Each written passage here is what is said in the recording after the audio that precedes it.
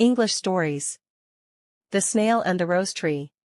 Around the garden ran a hedge of hazels, beyond this hedge lay fields and meadows, with cows and sheep, but in the midst of the garden stood a blooming rose tree, and under it lived a snail, who had a good deal in his shell, namely, himself. "Wait till my time comes," he said. "I shall do something more than produce roses and bear nuts, or give milk, like the cows and the sheep." "I expect a great deal of you," said the rose tree, "but may I ask when it will appear?" "I take my time," replied the snail. "They're always in such a hurry. You don't rouse people's interest by suspense." Next year, the snail lay almost in the same spot, in the sunshine under the rose tree, which again bore buds that bloomed into roses, always fresh, always new. And the snail crept halfway out, put out its horns, and then drew them in again. "Everything looks just like last year. There has been no progress.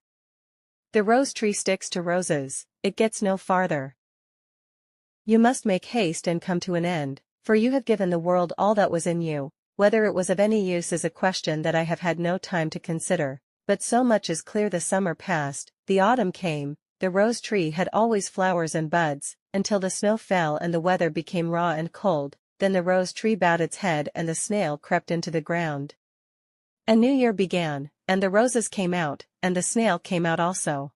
"You're an old rose tree now," said the snail.